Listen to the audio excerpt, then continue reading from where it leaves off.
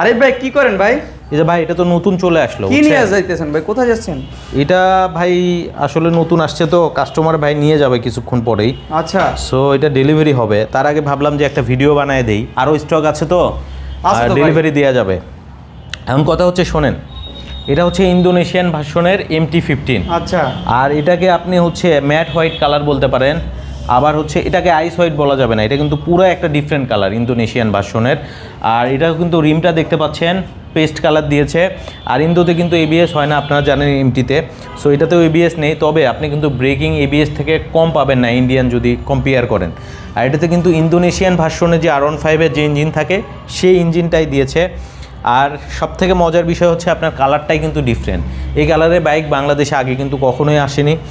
যত ইউনিট এসেছে সব মানে বিক্রি হয়ে যাচ্ছে। খুব ট্রেন্ডিং একটা বাইক, যারা নেবেন খুব দ্রুত যোগাযোগ করতে হবে। আজলান মার্টে অ্যাভেলেবেল ইউনিট আছে। সো স্ক্রিনে নাম্বার দেওয়া থাকলেও বিস্তারিত সব কিছুই জেনে নিতে পারবেন। যারা মূলত এই মাখন বাইকটা নিতে চাচ্ছেন, master of torque, dark side of Japan, তাদের জন্য কিন্তু অপশন আছে দেখে বেছে শুনে নেয়ার। সো চলে আসেন আজলান মার্টে, আপনার স্বপ্ন পূরণ হয়ে যাক। আজকে বিদায় নিচ্ছি, আবার আসবো নতুন কোনো ভিডিওতে। ভালো থাকবেন, আসসালামু আলাইকুম, আল্লাহ হাফেজ।